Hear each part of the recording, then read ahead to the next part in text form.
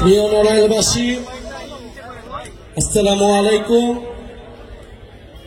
দেশ গড়তে জুলাই পদযাত্রায় আমরা আজকে এসেছি আমাদের প্রিয় নড়াইলে।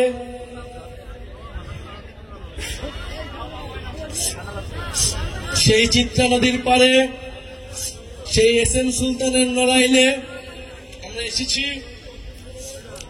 আপনারা যারা মুরব্বীরা এখানে আছেন, আলেম সমাজ আছেন, নারীরা আছেন, আমাদের পূর্ববর্তী বক্তাদের কথা আপনারা শুনলেন। জাতীয় নাগরিক পার্টি এনসিপি গণ অভ্যুত্থানের মাধ্যমে রাজপথ থেকে গড়ে ওঠা তরুণদের নেতৃত্বে একটি দল। আপনারা সবই দেখেছেন, সবই জানেন। 2024 সাল, গত বছর যে জুলাই আগস্ট অভ্যুত্থানের মাধ্যমে এদেশের ছাত্র তরুণ জনতা রাজপথে নেমে এসেছিল নিজের জীবন দিয়ে। আপনাদের সন্তানেরা, আপনাদের ভাই, আপনাদের বোন, আপনাদেরই কারো বাবা রাস্তায় নেমে এসেছিল বাংলাদেশের মানুষের জন্য, দেশের স্বাধীনতা রক্ষা করার জন্য। এই নড়াইলেও 2 থেকে 3 জন শহীদ রয়েছেন। আমরা আজকের এই পথসভা থেকে নড়াইল সহ বাংলাদেশের গণ অভ্যুত্থানের সকল শহীদদেরকে শ্রদ্ধার সাথে স্মরণ করছি, শহীদ পরিবারদের প্রতি শ্রদ্ধা জানাচ্ছি, আহত যোদ্ধাদের প্রতি স্মরণ করছি। আমরা যে আজকে কথা বলতে পারছি স্বাধীনভাবে, মুক্তভাবে পারছি এই সকল শহীদদের আত্মত্যাগ, আহত যোদ্ধাদের আত্মত্যাগের ফলে।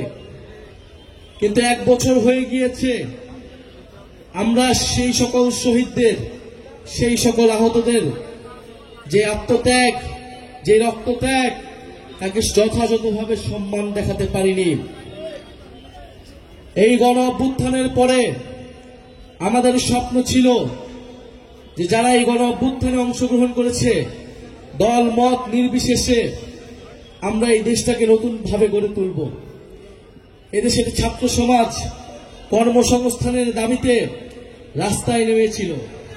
তারা পড়াশোনা করে চাকরি পায় না, সেই চাকরির ন্যায্য দাবিতে তারা আন্দোলন গড়ে তুলেছিল। সেই আন্দোলনে পুলিশ, ছাত্রলীগ, সন্ত্রাসী বাহিনী সকলে নির্মমভাবে গুলি চালায়। আমাদের হাজারের উপরে ভাই শহীদ হন। আমরা সেই সকল শহীদদের রক্তের উপরে দাঁড়িয়ে আজকে কথা বলছি। আপনারা যারা আজকে এখানে এসেছেন, শুনছেন, আমাদের সার্জিস আলম বলেছেন যে একটা নতুন দল করা আমাদের লক্ষ্য ছিল না। আমাদের লক্ষ্য ছিল এই দেশটাকে পুনর্গঠন করা, এই দেশটাকে ভালো মতো তৈরি করা। বিদ্যমান যে রাজনৈতিক দলগুলো ছিল, যদি তাদের নেতৃত্বে দেশ পুনর্গঠন হওয়া সম্ভব হইতো, তাহলে হয়তো আমাদের দল করার প্রয়োজনই হইতো না। কিন্তু আমরা আস্থা রাখতে পারি নাই। আমরা গণ অভ্যুত্থানের পরে 7 মাস 8 মাস দেখেছি দেশের রাজনৈতিক যে দলগুলো রয়েছিল তারা কিভাবে ক্ষমতার জন্য, আসন ভাগ বাটোয়ারার জন্য ব্যস্ত হয়ে গিয়েছিল। একটা গণ অভ্যুত্থানকে তারা গণ অভ্যুত্থান হিসেবেই স্বীকার করতে চায় না। তারা মনে করে শুধু ক্ষমতার পরিবর্তনের জন্যই এই গণ অভ্যুত্থান হয়েছিল। কিন্তু আমরা মনে করি যে দেশ পুনর্গঠনের জন্য, একটি সমৃদ্ধ বৈষম্যহীন গণতান্ত্রিক বাংলাদেশের জন্য এই গণ অভ্যুত্থান হয়েছিল। আপনার সন্তান, আমাদের ভাইয়েরা রাজপথে নেমে এসেছিল সেই নতুন দেশ গড়ার জন্যে। 1 বছরও যখন আমরা পাইনি সেই আমাদের আকাঙ্ক্ষিত বাংলাদেশ, সেই আমাদের প্রত্যাশিত বাংলাদেশ, তাহলে আমরা রাস্তায় নেমেছি। আবার আমরা আপনাদের কাছে যাচ্ছি, আপনাদের এলাকায় যাচ্ছি, আপনাদের দরজায় যাচ্ছি। আমরা বলছি, আমরা সেই তরুণরা যারা গণ অভ্যুত্থান করেছিলাম, আমরা সেই তরুণেরা যারা ফ্যাসিবাদের বিরুদ্ধে নিজের বুক চিতিয়ে লড়াই করেছিলাম, আমরা সেই তরুণেরা যারা আবার এসেছি আপনার কাছে, আবার এসেছি নতুন দেশ গড়ার আহ্বান নিয়ে। আমরা সেই তরুণেরা যারা কখনো আপোষ করিনি, যারা কখনো লোভ করিনি। আমরা সর্বদা দেশের মানুষের জন্য, আপনার অধিকারের জন্য আমরা কাজ করেছি, আমরা সামনেও কাজ করে যেতে চাই। আমরা চাই আপনারা আমাদের উপরে গণ অভ্যুত্থানের সময় যে আস্থা রেখেছিলেন, আপনারা আমাদের উপর আবার আস্থা রাখুন। গত 54 বছরের বাংলাদেশ আমরা দেখেছি, গত 16 বছরের ফ্যাসিস্ট সময়ের বাংলাদেশ আমরা দেখেছি। আপনারা সকল রাজনৈতিক দলকে আপনাদের দেখা হয়েছে। এই নতুন তরুণ নেতৃত্ব, বিকল্প নেতৃত্ব তৈরি হয়েছে, যারা আপনার কথা বলতে চায়, বাংলাদেশকে বিশ্বের বুকে শক্তিশালী রাষ্ট্র হিসেবে গড়ে তুলতে চায়। এখন আপনাদের সামনে সুযোগ এসেছে নতুন একটি শক্তির উত্থান ঘটাতে।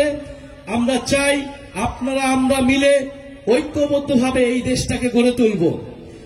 গত 16 বছরের যেই ফ্যাসিজম, যেই স্বৈরাচার, আমরা চাই আগামীর বাংলাদেশে নতুন করে কোনো স্বৈরাচার যাতে না হতে পারে।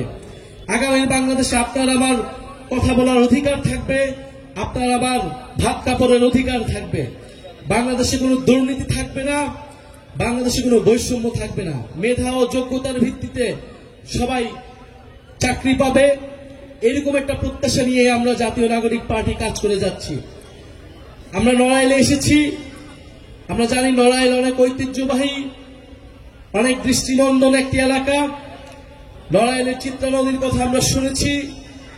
নড়াইলের কৃতি সন্তান এস.এম. সুলতানের চিত্রকর্মের কথা পুরো বাংলাদেশ নয়, পুরো পৃথিবীতেই বিখ্যাত। বীরশ্রেষ্ঠ নূর মোহাম্মদের এলাকা এই নড়াইল। এই নড়াইল শিল্প, সৌন্দর্য এবং বিদ্রোহ সবকিছুর মিশেলি আছে এই নড়াইলে। কিন্তু আমরা তারপরেও দেখতে পাই নড়াইলে নানা অব্যবস্থাপনা, নড়াইলের রাস্তাঘাট থেকে শুরু করে নড়াইলে চাঁদাবাজ, সন্ত্রাস, নানা ধরনের সমস্যায় জর্জরিত নড়াইলের এলাকার বাসিন্দারা। আমরা আপনাদের এলাকার সেই সমস্যা দূর করতে চাই। নড়াইলে যারা স্থানীয়ভাবে কাজ করছেন তারা আপনাদের জন্য কাজ করবেন, আপনাদের কথা বলবেন। ইনশাল্লাহ আপনারা যদি আস্থা রাখেন, আমরা আপনাদের জন্য, পুরো বাংলাদেশের সাধারণ মানুষের জন্য কাজ করব। আরেকটি কথা বলে শেষ করতে চাই, এই জুলাই গণ অভ্যুত্থানের পরে আমরা বলেছি যে গণহত্যার বিচার, দেশের মৌলিক সংস্কার এবং নতুন সংবিধান লাগবে। কিন্তু এখন পর্যন্ত আমরা সেই তিনটির কোনো একটিও সম্পূর্ণভাবে আদায় করতে পারিনি। এই সরকার এবং বিভিন্ন অন্যান্য রাজনৈতিক দল বিচার, সংস্কার এবং নতুন সংবিধানের থেকে নির্বাচন নিয়ে তাদের তড়িঘড়ি। কিন্তু আমরা স্পষ্টভাবেই বলেছি নির্বাচন আমরাও চাই, বিচার, সংস্কার এবং নতুন সংবিধানের মাধ্যমে নির্বাচনের দিকে যেতে হবে। ফলে আমরা এই বিচার, সংস্কার এবং নতুন সংবিধানের দাবিতে পুরো বাংলাদেশে যাচ্ছি। এর পাশাপাশি সংস্কারের যে জুলাই সনদ এবং অভ্যুত্থানের যে জুলাই ঘোষণাপত্র, আমরা তার কথাও বলছি। আগামী 3রা আগস্ট শহীদ মিনারে আমরা জড়ো হব। আমাদের যেই দাবি, জুলাই ঘোষণাপত্র এবং জুলাই সনদের জন্য আপনাদের প্রতি আহ্বান থাকবে, আপনাদেরকে আমরা দাওয়াত দিয়ে যাচ্ছি। অবশ্যই আমাদের সেই জুলাই সনদ এবং ঘোষণাপত্র আদায় করতে হবে। এটা শুধু বাংলাদেশের জন্য নয়, এটা এই নড়াইলের জন্য, যারা নড়াইলে শহীদ হয়েছে, যারা নড়াইলে যুদ্ধ করেছে, আহত হয়েছে, তাদের সকলের মর্যাদা এবং নিরাপত্তার জন্য আমাদেরকে জুলাই ঘোষণাপত্র অবশ্যই আদায় করতে হবে। নড়াইলবাসী, আজকে আমরা বিদায় নিচ্ছি। ইনশাআল্লাহ আপনাদের সাথে আবারও দেখা হবে। আপনারা জাতীয় নাগরিক পার্টির সাথে থাকবেন, অভ্যুত্থানকারী ছাত্র জনতার সাথে থাকবেন এবং যে নতুন বাংলাদেশের আকাঙ্ক্ষা নিয়ে আমরা কাজ করছি সেই আকাঙ্ক্ষার প্রতি থাকবেন। সবাই থাকবেন তো? ইনকিলাব, ইনকিলাব, এনসিপি, এনসিপি, ক্ষমতা না জনতা, আপোষ না সংগ্রাম, দালালি না রাজপথ, ইনকিলাব, ইনকিলাব।